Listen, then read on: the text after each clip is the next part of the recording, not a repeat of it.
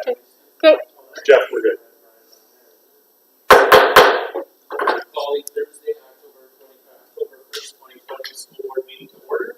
Please rise for the pledge of allegiance. Pledge of allegiance to the flag of the United States to the republic which stands, one nation, under God, indivisible, with liberty and justice for all. Member Clerk, please take roll call. Member Corcoran? Member Corcoran is absent. Member Petto? Member Petto is absent. Member Olson? Here. Member Olson is here. Member Mayfield? Present. Member Mayfield is present. Member Tyson? Here. Member Tyson is here. Member Peterson? Here. Member Peterson is here. And Member Luther is here. I would like to amend tonight's agenda, moving the high school athletic field project update to 8.4. I would get a motion on that. So, second? Motion and a second. Any discussion? Hearing none. All those in favor, signify by aye. Aye. Scheduled, unscheduled visitors, listening session. Member Olson. We had no one show up. Student achievement, Wyoming Elementary Principal Shelton. Good evening, everyone, and thanks so much for having us here, Sam and I, to talk to you about two things we love and have so much urgency on, and that's Jan Richardson and guided reading. I'm Lori Children, and I'm the building principal at Wyoming Elementary. And I'm Samantha Merrill, and I am a literacy coach at Wyoming Elementary and Linwood Elementary. So, who is this Jan Richardson gal? Jan is actually from Wisconsin. She is a former reading recovery teacher. She has worked with thousands of students in our country, hundreds of teachers, and her main goal is to increase literacy achievement for all students. And what is this thing that we keep talking about, guided reading? Guided reading is an instructional approach that teachers use to lift the level of literacy instruction in students. And we do that in a small group setting. We do that by specifically choosing tasks for students that are at their just right level. And also in small group, we work with students and target their specific skills that they need. What's wonderful about Jan Richardson's guided reading program is that it marries both text and increasing specific skills. So, Jan Richardson's guided reading framework includes opportunities to develop in phonics and phonemic awareness, fluency, comprehension, writing, vocab, discussion, and word study. The areas not in yellow are heavily taught and modeled and developed through an evidence-based practice that all K-12 educators use called reciprocal teaching. The areas that are highlighted are the pieces that are within Jan's program that really set her apart from others. So when we talk about phonemic awareness, if I were to say to you what sound you hear in the beginning of the word boy, you don't need paper to do that. You have to hear that sound. But as soon as I point to a B and say what sound is that, as soon as you point to a paper, it becomes phonics. So we have this little saying that we say that phonemic awareness is done in the dark because you don't need paper to do it. So Jan Richardson program highly develops phonics and phonemic awareness. Two critical areas after doing data dive that we knew that our K-6 students needed, specifically K-4. In addition, writing and word study.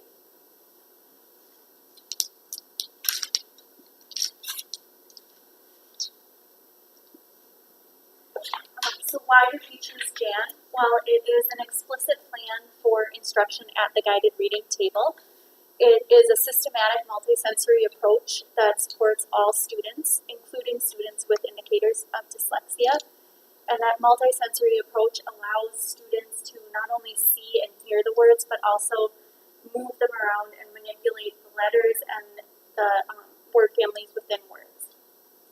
It's also a very highly supportive program for teachers with video examples. There are several books, there are website support and downloadable resources as well. We also listened to teacher voice and heard testimony from them in how Jan Richardson has impacted the students and the learning in their classroom. And it also has a very intentional focus, like Lori said, on phonics, phonemic awareness, writing, and word study. So what prompted this need for change?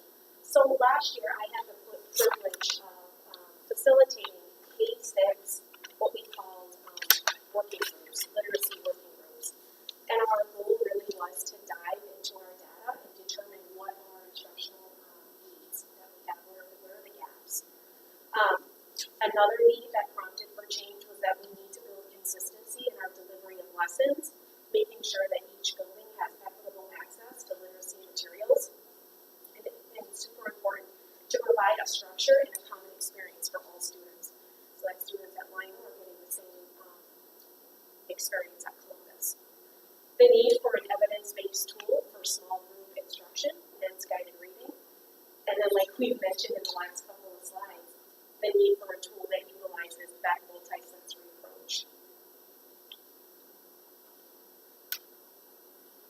So what does Jan look like and sound like at the table? For students, they will be reading and discussing text every time that they are back there. Students will also write about every text that they are reading. They will get the opportunity to play with words and manipulate them so they have a stronger understanding of different phonics patterns and how words work together. And at the lower grades, they will also be practicing sight words every time. They will be practicing reading them, building them, and writing them. And you'll hear us talk about the phrase at the table. Teacher slang for what are we doing at the guided reading table, which is usually a kidney shape, teacher in the middle, and then usually 3 to 5 students at the table. So what does this look like for teachers at the guided reading table? The teachers are scaffolding and modeling think alouds for students so they can strengthen their reading skills. They're discussing text with students to help them deepen their understanding. It allows for some academic struggle where teachers guide them to different strategies to help them decode and understand things when meaning breaks down. It also gives the teachers the time to really get to know their students as readers and writers, and it helps them be able to take notes so that they can go back and address different things that they see their students need. It allows them to target those skills that students are struggling with. And what I love most about the scaffolding and prompting is that all of that explicit language that the teacher needs is there and is part of her program. So she's developing the strategies that she wants students to do by the specific scaffolds that are given.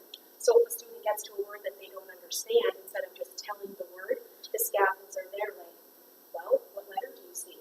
Please get your mouth ready. What would you do if you saw another word that looked like that? So it's getting them to be self-regulated, so at some point they can just do it on their own. What does the scaffolding mean? So that's just it. It's a really fancy word that means any kind of prompt or cue that you give that student so that they can be successful with it. Guiding them to be able to be successful on their own. Right. Yeah. And Jan Richardson is pretty high. Her art of scaffolding is incredible. So what does Jan Richardson look like at Wyoming right now? Well, a guided reading retreat was offered over the summer that provided an opportunity for teachers to dig into Jan and look at her different lesson plans and what it would look like at the guided reading table. We also provided professional development on building independent structures in your in-person classroom and in your distance learning classroom. And those independent structures include things like building stamina in read to self, in writing, and in word work, so that while the teacher is working with students at the guided reading table, the other students are engaged in highly meaningful reading activities. And then teachers are also conducting whole group lessons that are helping to enhance a deeper understanding of comprehension, and they're utilizing each other and us literacy coaches in order to help build those independent structures and know how to use Jan Richardson at the guided reading table. So Sam's position at Wyoming is instrumental in addition to at Linwood, along with all of our literacy coaches. So further information about Jan at Wyoming and Jan district-wide, we're going to use this term called dabbling. So all of our grade 1 through 4 teachers right now are dabbling in Jan Richardson's program. And dabbling is just our word of saying building capacity with coaches, building capacity by reading the book, building capacity with other teachers in their PLC. That's going to be occurring during semester 1 right now. Kindergarten classrooms have the ability to kind of build capacity or dabble all year. Some of the grade levels, because this was the program was introduced last year, have really just dove in and they've been practicing last year as well. After semester 1 of this school year, all first through fourth grade classrooms are going to be in full implementation with Jan, and again with continual support from literacy coaches and coaching from each other within their PLCs. Next school year, 21-22, kindergarten will be in full implementation. And then if you're wondering, well, what's going on in 5th and 6th grade? They're still being intentional with book studies and literature circles and focusing efforts in vocabulary and comprehension through that evidence-based practice that I talked about earlier, reciprocal teaching.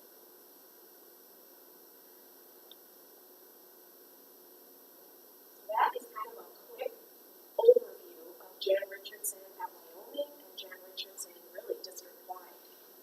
What questions do you have as you were listening? I have a question, Mrs. Shelgren. Sure. Yes. What? So could you refresh my memory? We've had guided reading for a while, correct? Yeah. So this is a new tool that pairs that with this approach that's multi-sensory, right? Yep. So it takes text, it takes skill groups, and that multi-sensory approach and bridges all three of those things together, really setting a new stage for guided reading. That is so awesome. Right.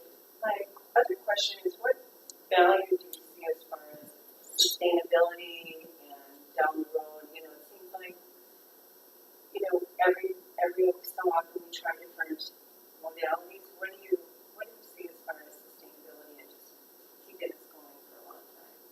Well, I think when there's urgency with us, urgency with administrators, and urgency with coaches, and then once that personal testimony gets going, it takes off. It reminds me of kindergarten pals and how that started in a tier 2 setting, and now all of a sudden it's making a brand new entrance at the tier 1 level.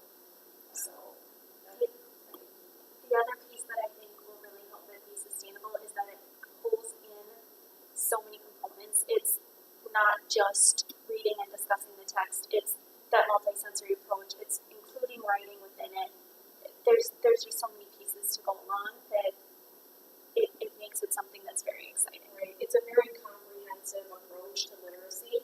Like she said, it's not just talking about the text. There's word analysis, there's manipulation of words, there's phonics, there's stream of awareness. The writing is so intentional. The comprehension modules pair so well and great with reciprocal teaching that it just flows, and there's this sense of I'm giving students what they really need. Well, I definitely agree that it seems very comprehensive. That seems really fantastic. So It's exciting. I am a huge proponent of guided reading, and Jan's program is explicit. thank you. Two things actually. So first, the rollout of this, and you said some last year, some this year. Do you have follow-ups monthly, quarterly to make sure everyone's checking in and how it's working? So last year when we had our literacy working groups, we had stakeholders that were actively practicing, and we met, gosh, I want to say 3, 4, 5 times per year with each grade level. My hope is that work will continue this year. So if it's not in a large group, at center, it would be within PLCs, professional development at the building level. Again, personal testimony and conversation on that. readings to come with literature to read? Yes. Is it diverse enough? It's not just completely Eurocentric? Do you want to talk a little bit about this? What we have is very diverse, and we purchased the literacy footprints kits, which that in themselves are diverse as well. But we also purchased the Scholastic short reads, which have an hour level set, which is meant for diversity to make sure that we're targeting everyone. So that all students see themselves represented in text.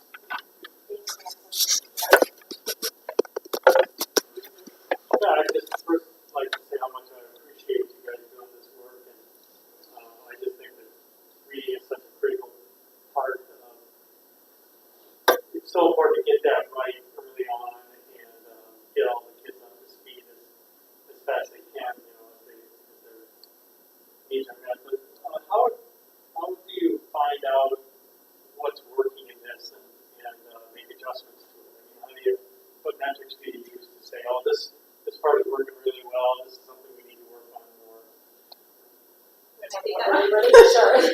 So another key component in Jan is honestly all of the assessments.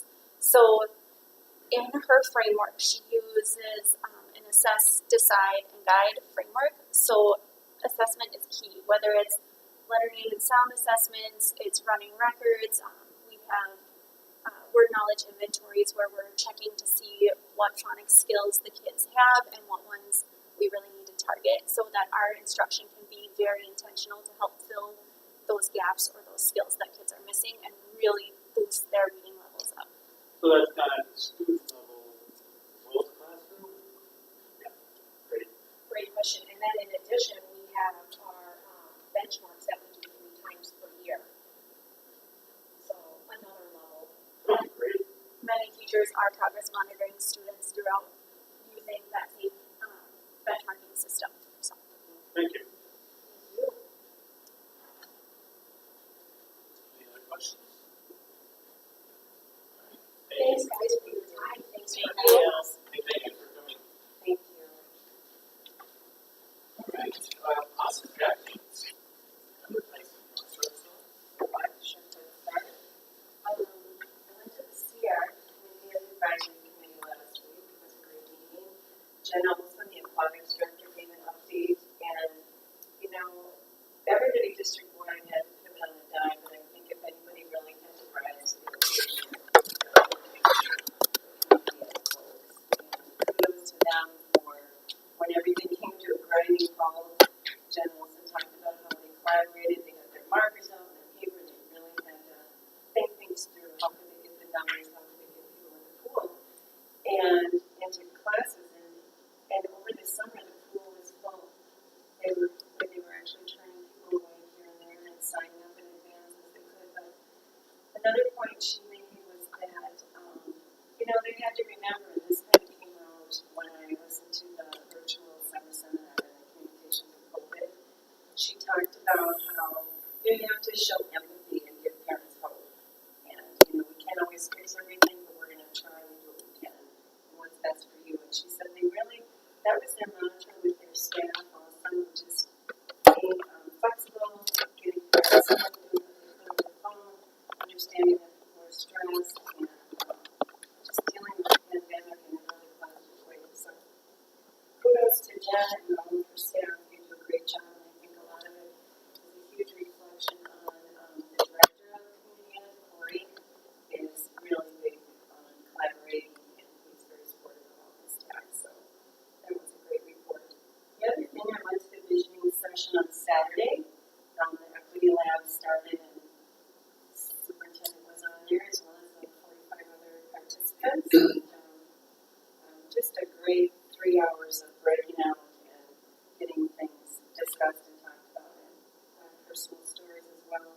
And the next one will be October 13th, and there's a series of those labs coming up, and anybody can join in at any time. We found out. So if you have friends or neighbors or anybody you want to recruit, they could just come and be part of one lab if they want. So the other thing that I read my writing. Sorry, Jeff. Oh, I recently joined joined the community review panel for Washington County's child protection.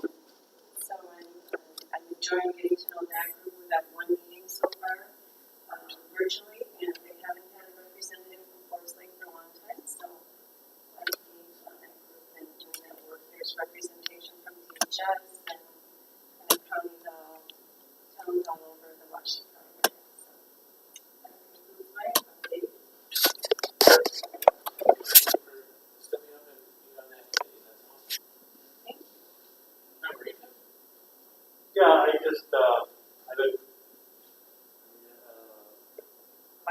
Yeah, with the start of school, we've got a kid who's doing learning this year. And, I just wanted to say how grateful I am for the work that our staff has been doing. And it's just incredible that take all this crazy chaos and the way this year started out, it's just been smooth, right? I mean, it just seems like, that everything's been coming together, and to me, that's the biggest positive happening for me, is just seeing how this district took this crazy situation and turned it into something real and meaningful and took the bad situation and made it a good offering for the students. So I just wanted to say that. I know generally we don't use positive happenings, but that sort of thing.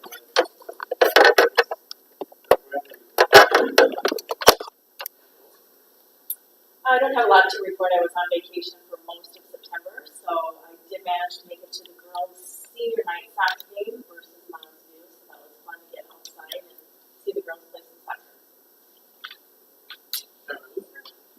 I went to Lena Lake's PTO. They're doing it via Zoom, and it was a good meeting trying to get back on track and figuring out what PTOs can actually do, given all the restrictions these days. And we also talked about what we can do to help some of the distance learning kids, since a lot from Lino are enrolled in distance. So trying to make sure that they feel part of the community and part of the district from a PTO standpoint. And we'll probably be extending them some sort of health gift card style.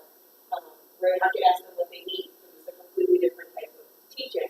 I participated in some work on the transportation at Rhino, sort of butted in there, but it came out of the building the grounds, so it was on my mind, and ended up trying to help there a bit. I went to MSBA Phase 3 yesterday, half, part 1, so part 2 is next week. It's really a good experience. Member Kettle also attended, and I started going to middle school soccer games. And like Member Rachel said, really the most positive thing coming out of September is I have 3 very happy kids that are in school and appreciating what they're doing, even on the hybrid schedule. They're loving it, and I really don't hear complaints. It's exactly the same as any other year, the things that they're complaining about, where they sit in the classroom or some silly thing about the playground, but they're really not complaining about any of the restrictions that are put on them. So I don't think they're unique in their versatility. So I'm really glad that we made that happen somehow. And I would say, of course, it started school, and my own son going to school, and actually it's unfortunate that it takes a pandemic to get kids excited to go back to school.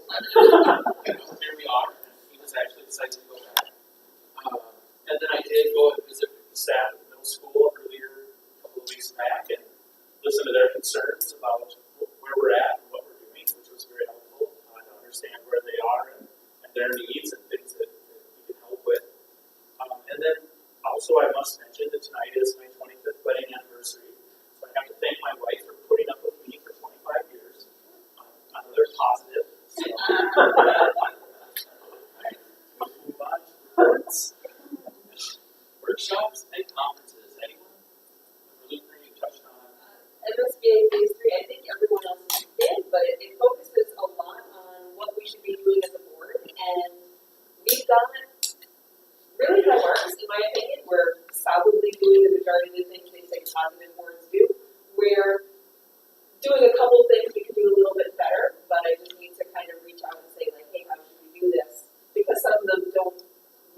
mesh with our district in general. So it's sort of, I've been thinking about what to throw out on that subject, but it's really great to see what other boards do and how they function or don't function. We're really our high functioning board, which is nice to see. Anyone else? All right, communications committee, Member Olson. Yes. Our focus was mostly on community and marketing and communication, and unlike some other districts, Forest Lake decided to put out a fall catalog and look at safe programming and virtual programs. So Forest Lake thought the better message would be to run programs with 10 people than not to offer classes at all, and that has been incredibly successful. Kind of like what we saw at graduation, but virtual yoga is working for a lot of people, so that might end up being the new norm. And as far as marketing pictures, they're going to incorporate pictures of kids with masks on, doing their school or doing whatever kind of program, just to show reality, to show the kids what the class actually looks like and help ease some anxiety that parents or kids might have. It's a great meeting. Catalog looks like $1 million. Yeah, Always. And the virtual classes are just such a wonderful idea. 16. I was on vacation, so I missed that meeting. Policy committee, Member Luther. We met on Google Meet. There was, I want to say 8 people. Hard to keep track when you can't see everyone's face, but there was a good group of people represented. We made it through, I think it's true. There was a bunch of people, and the policies we went over were very, not going to say easy, but they didn't have any changes, and we mostly talked about how we're not lawyers that have to write them. Understood. Curriculum, instruction, and equity, Member Tyson. Yes, we talked about the Everyone's Alone series and the innovation labs that are coming up and the visioning session that took place on Saturday. They talked about Brad Ward about culturally responsive teaching. Carolyn mentioned that we're going to be starting a steering committee for equity, using some students from our affinity groups, community members, and just establishing a great group of people for that steering committee for equity. And then we talked about the safe space teams, and how we're so fortunate that we have this tool that we can use district-wide now. Amy Lane, the AP at the high school, said that they, they changed the name to a hate speech team. They just wanted to call it what it is, and they thought that that was a great title for it, and she said it's working great. So that concludes my report. Staff welfare, Member Aiken. Yeah, it's staff welfare. We had talked about COVID-19 and how it was affecting the opening of school and our preparations for it. We got an enrollment update, which we are losing students, but it's not as severe as we thought, which is really nice. And we had an athletic field update, which I think we're going to have a little taste of tonight. And we were very excited about the changes and yeah, so step over.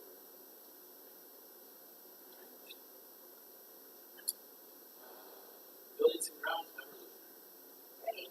We also went over COVID procedures, not exactly detailed, but just the generics of what each building is doing. Again, we looked at the field and had a good run through, but it's later on the agenda. So various activities that went on over the summer that got wrapped up, so including the CLC being used with the police dog training, which is I think really interesting and a great use of the building before it got to a point where they just couldn't do other activities in it anymore for taking it down. And then discussion of a possible use of a needlepoint system for eradicating viruses in the high school in the HVAC system. And I don't know more details. It's one of those things that they're hoping to get in on a special program, and I think it's going to actually happen. I asked Larry before I said anything, it was like, really good. So he'll fill us in more on if and when it happens, what it does other than kill viruses. That's exciting. Possibly, yes. Yep. Equity in our schools, Member Aiken. Yeah,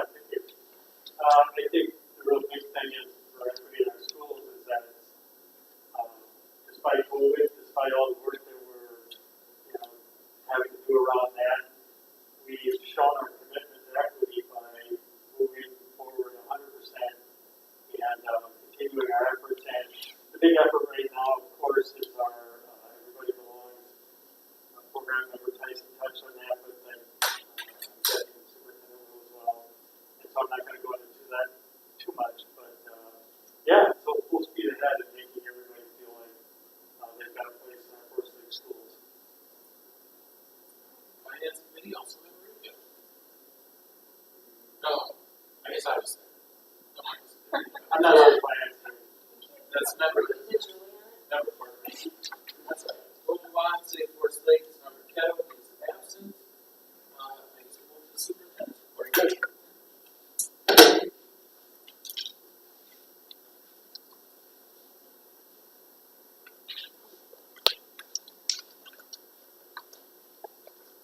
All right.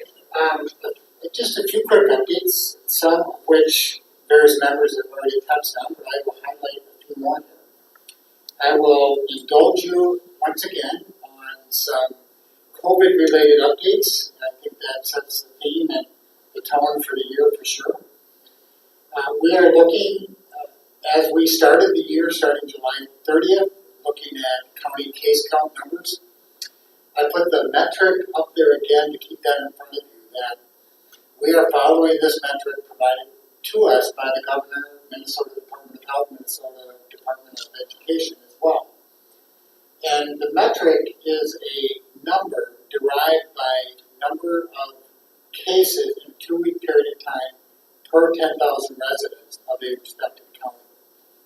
Of course, we serve Anoka, Chisago, and Washington County. We've been monitoring daily counts, but most importantly, the 2-week counts that you can see here. We started monitoring these counts mid-July. The counts that we get every Thursday, today included, represents a number that's 2 weeks delayed. So we get a report for the previous 2 weeks, or 2 weeks, a 2-week count for 2 weeks prior. So the report that we received today, October 1, is for the period September 6th through September 19th. So I'll go right there on the far right and highlight that the 2-week metric, again, total number of counts over a 14-day period per 10,000 residents, is at 20.78 in Anoka. That is our first 2-week number in Anoka County that exceeds that 20, that it gets into that 20 range, which is that third parameter bar that you see in the metric. Moving down to Chisago, we're at 15.9, and Washington County, we're at 14.37. I would highlight here that when we have that 3-week count, beginning August 15th, August 22nd, August 29th in Washington County, those numbers was the first time that we saw numbers in that next band in the 20s. It raised concern, created a lot of conversation internally, consultation with Minnesota Department of Health. And this metric is meant to be a guidepost for the district. It's meant to give us a gauge of where we're at with the county. And it's not meant to move us in and out of our school model, but to reinforce and guide the model, to reinforce the model we're in and to guide us as we move forward. So, as we were monitoring over that 3-week period of time, we knew that we were in a zone that we needed to look carefully at. We were very pleased the next 2 weeks that Washington County moved back into that zone that we're currently in at 17.09. And then the next week, as you can see, all the way down to 12.4. And then this week, not a lot of change at 14. That is a good indication and reinforcement for us and point us to acknowledge here that a 2-week count in the 20s or a spike over a 2-week period of time should be an indication for us to look closer, but not an indication to move us out of our current model. Unfortunately, we did move out of our model with these 3 weeks because we've been moving back into in-person learning. We'll watch Anoka County now in the 20s as we move forward over the next number of weeks. And we will look at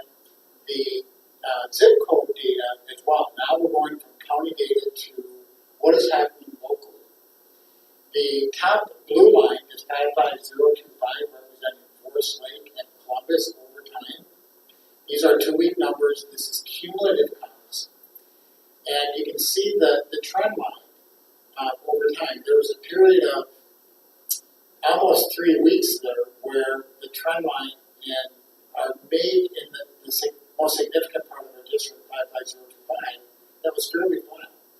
We've seen an uptick in the last couple of weeks, and again, we'll continue to monitor that. Same in Wyoming and Scandia Marine, almost pretty steady with increased case counts there. We do monitor the zip codes for Lino Lakes, East Bethel, and those areas, but I would say that when we're looking at Lino Lakes and Lexington, that's drawing into parts of Monroe County that clearly are not part of our district. So we look at that with a careful eye, but we're not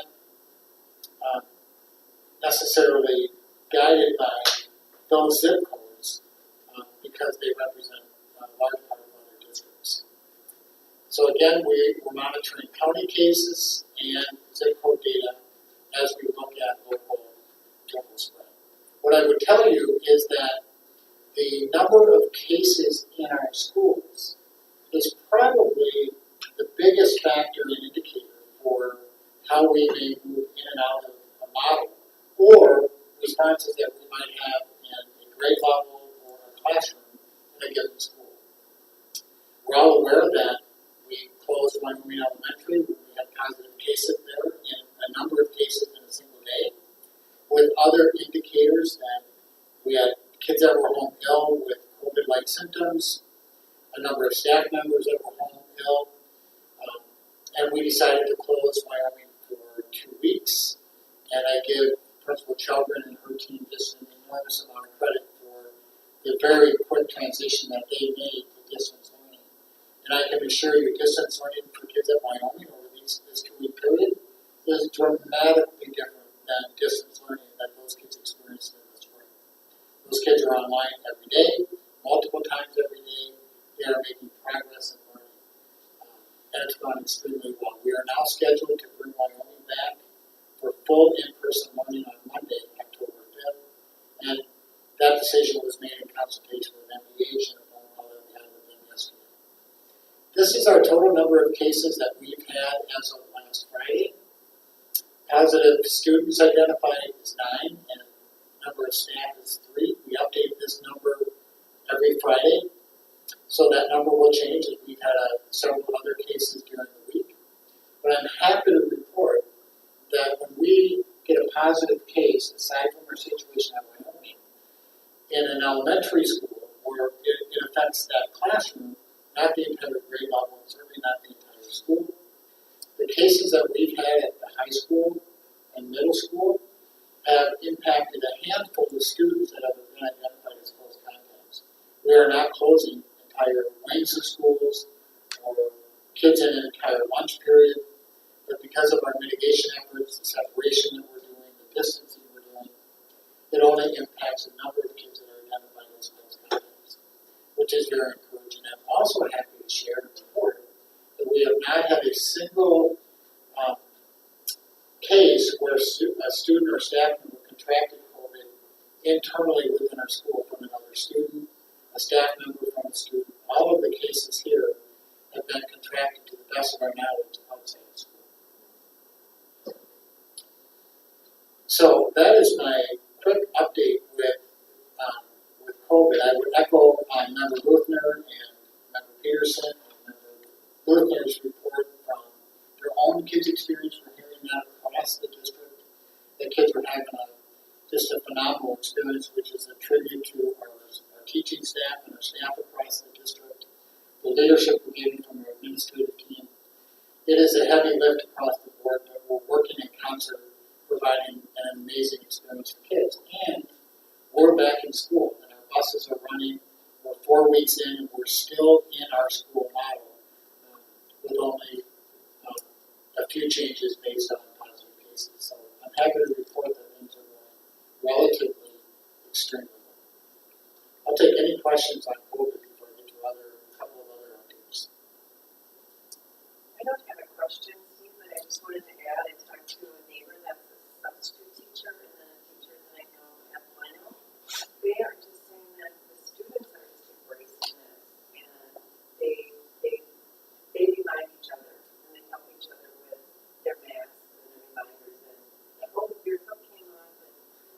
she said it's just been the best experience watching them, you know, embrace it and do, check each other out and remind each other too. And kids are quite adaptable. Yeah, and then they ask breaks, a tangible thing about, oh, we're gonna finish this and move on to the math break. She said, they just love it. Yeah.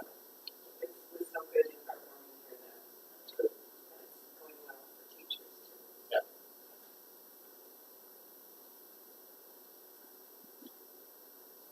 High school activities are also up and running.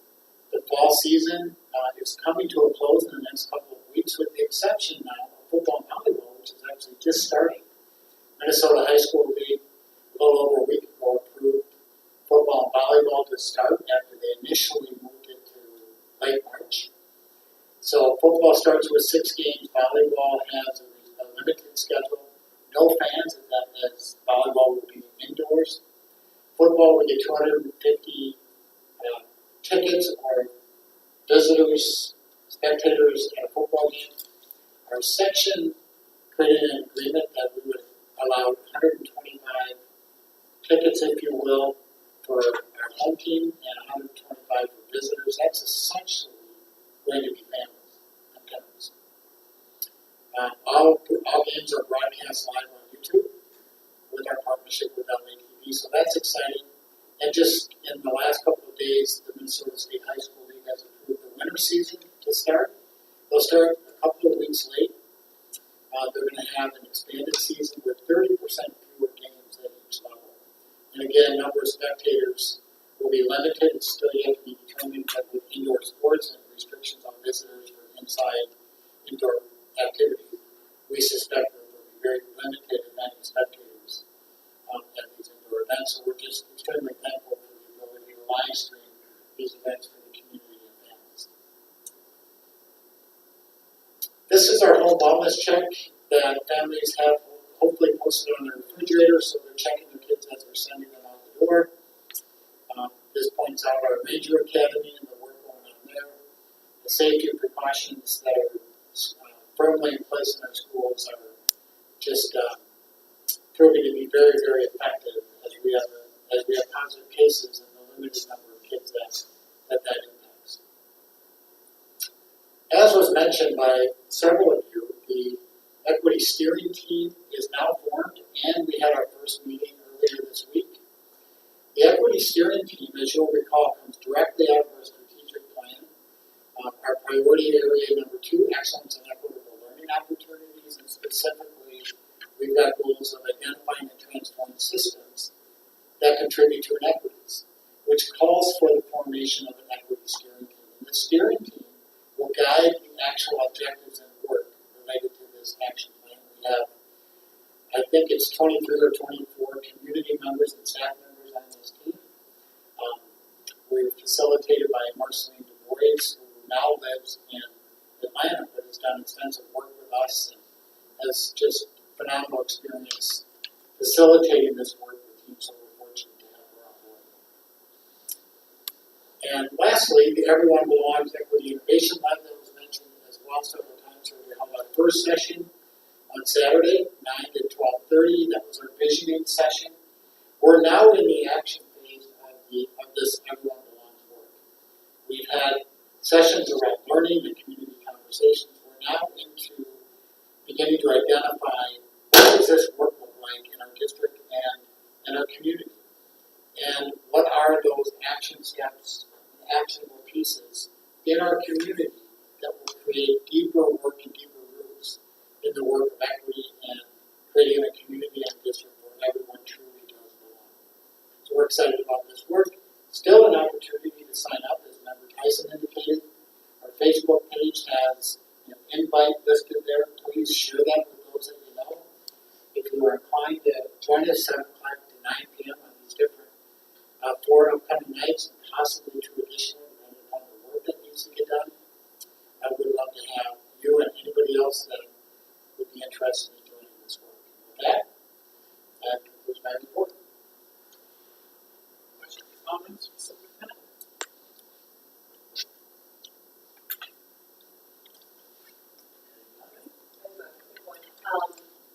Given that we haven't actually gotten to the Fridays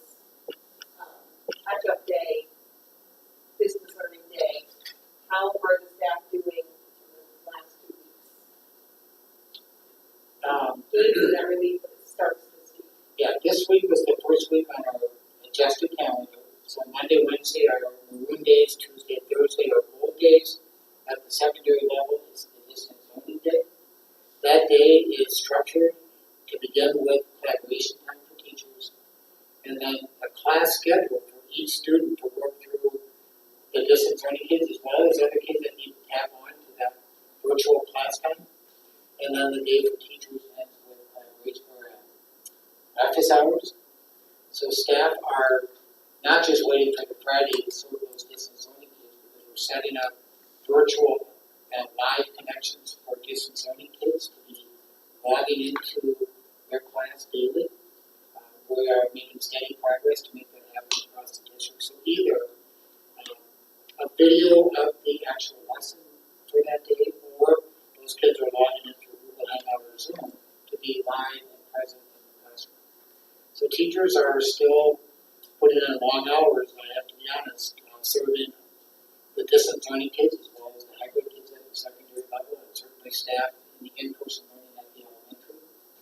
But the time to truly have dedicated time to serve distance learning kids on Friday, I know our secondary staff are really looking forward to having that time to have those kids live in class. Just have one quick question to Member Chair. Superintendent, how much monitoring goes into the 125 visitors that can attend? I mean, on our end. We're, I believe, in talking with Jim Caldwell and our activities director, Mike Hennon, each student will get vouchers, if you will, to give to their families. And if there is a split family, and they'll get 4 tickets. So moms and dads can attend on the football schedule. But there won't be opportunities, unfortunately, given the limited seating for other spectators, students, or community, hence the line fee. Sounds very simple. Well, it will, because every kid will get their limited number of tickets, and that'll get mom and dad. It doesn't mean they can just give them to anybody, it's just for their family that they live with. Yeah, I suppose if mom and dad aren't going to go, those tickets could end up with aunt, uncle, or a grandparent, or maybe even a student, but it'll allow us to limit the seating to 125 on the home side. We don't have visitor bleachers this year, but we've got plenty of space to spread out 250 people. Anything else? Hearing nothing, we'll move to the consent agenda. I would entertain a motion to approve the consent agenda. Second? Motion and second, discussion.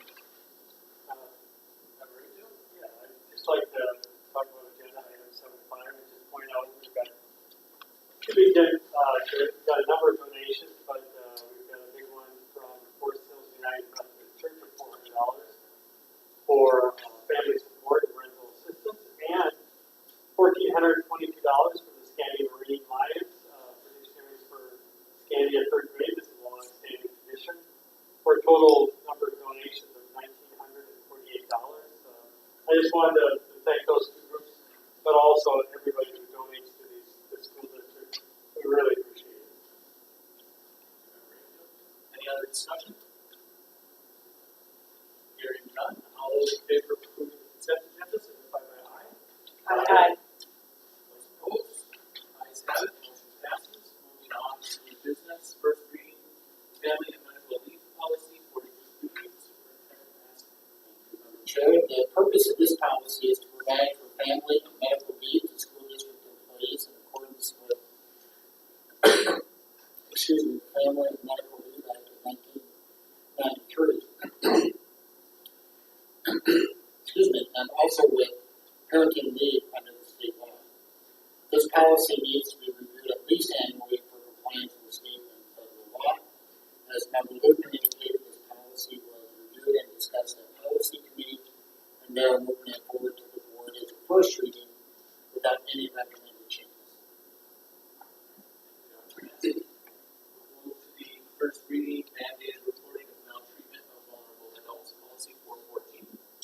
And the purpose of this policy is to make clear the statutory requirements of school personnel to report suspected maltreatment of vulnerable adults.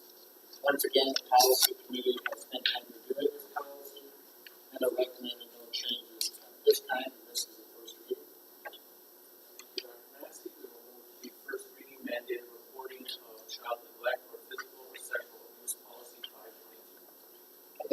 this policy is to make part of the statutory requirements of school personnel to report suspected child neglect or physical or sexual abuse. The policy committee has reviewed this policy as well and are recommending no changes at this time.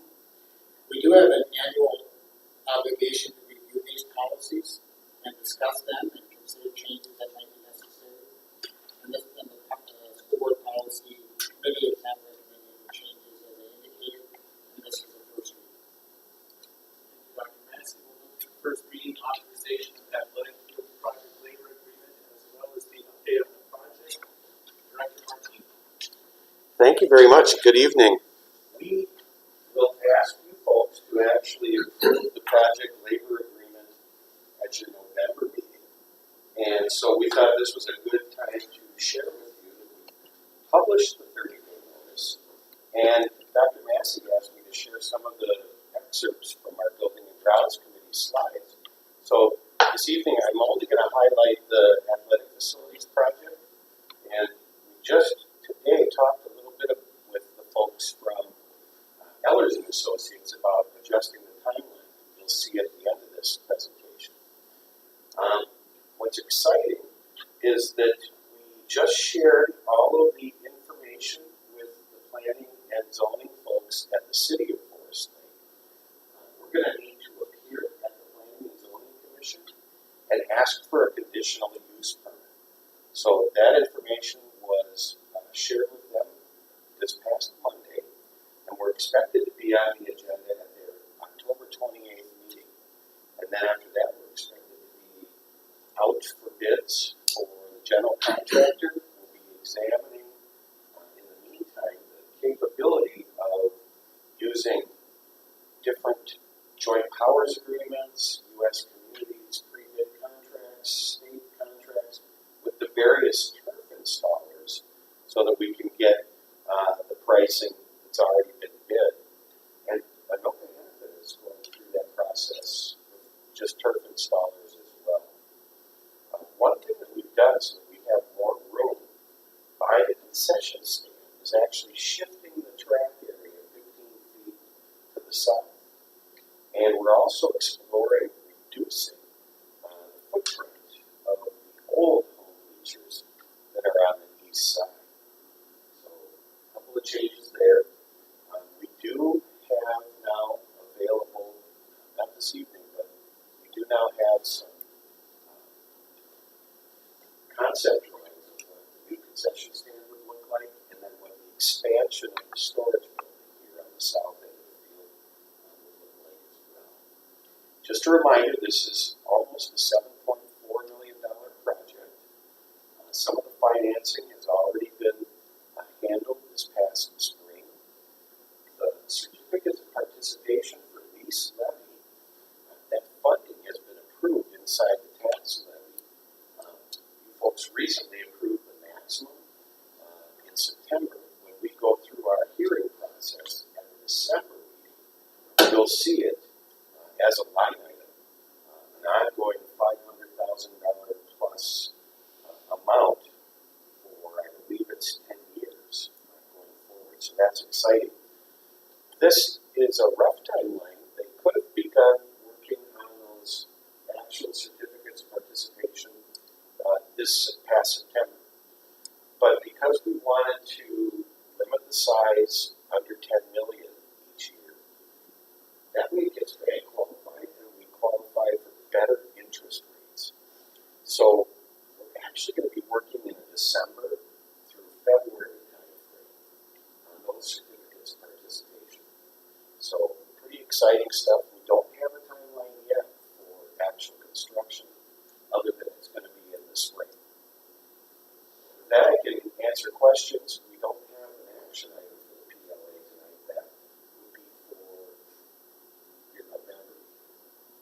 I want to just add one important piece here. You'll recall that this project, the $7.5 or so million on this project, is not going to represent a tax increase to the local property owners. With the new funding tools, it makes this project now feasible and possible. So with increased property value, lowering tax rates, taxes that are expiring off of the property tax. This will be a non-impact on the property owners, this specific project. So we're excited about that. Dr. Martini, I know the board gave you a good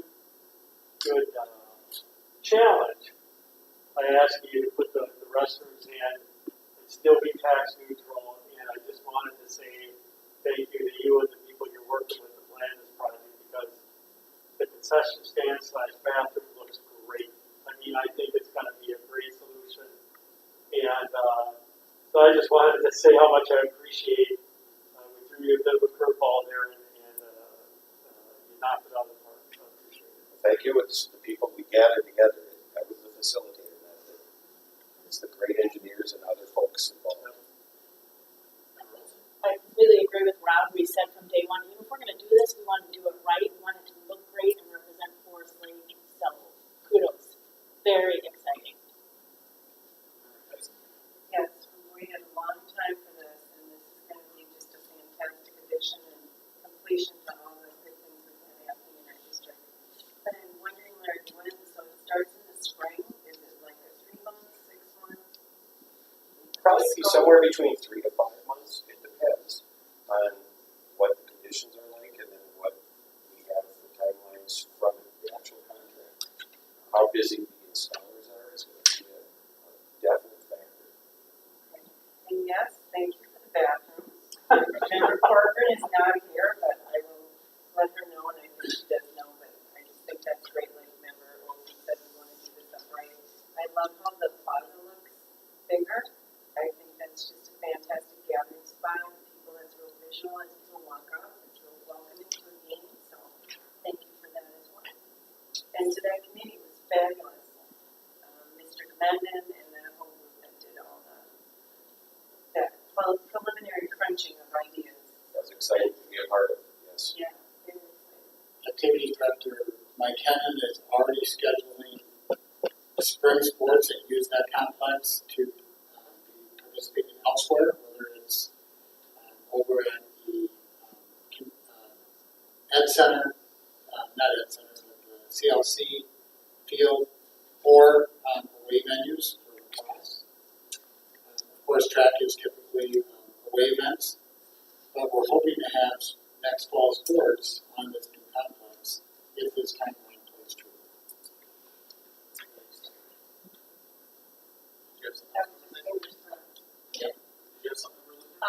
Mine was on timeline, so that's answered, but back from Buildings and Ground, I asked specifically, do we get to walk on pavement all the way around, or is there mud puddles? And there's pavement. Nice. I'm very excited. This is going to be a premier facility. I'm very excited to be. All right, with that, we've got review upcoming. What's that? We've got review the upcoming calendar dates. I also just wanted to say thank you to all the staff out there. It's been a big lift at the beginning of this year, and I really appreciate it. I spoke with some of them, and I want to make sure to say thank you publicly to all the work they've been doing to make this school year happen. So thank you, everybody, and that's across the board, from custodial staff to bus drivers to lunch staff to our teachers. We couldn't do it without the amazing staff. So with that, I would entertain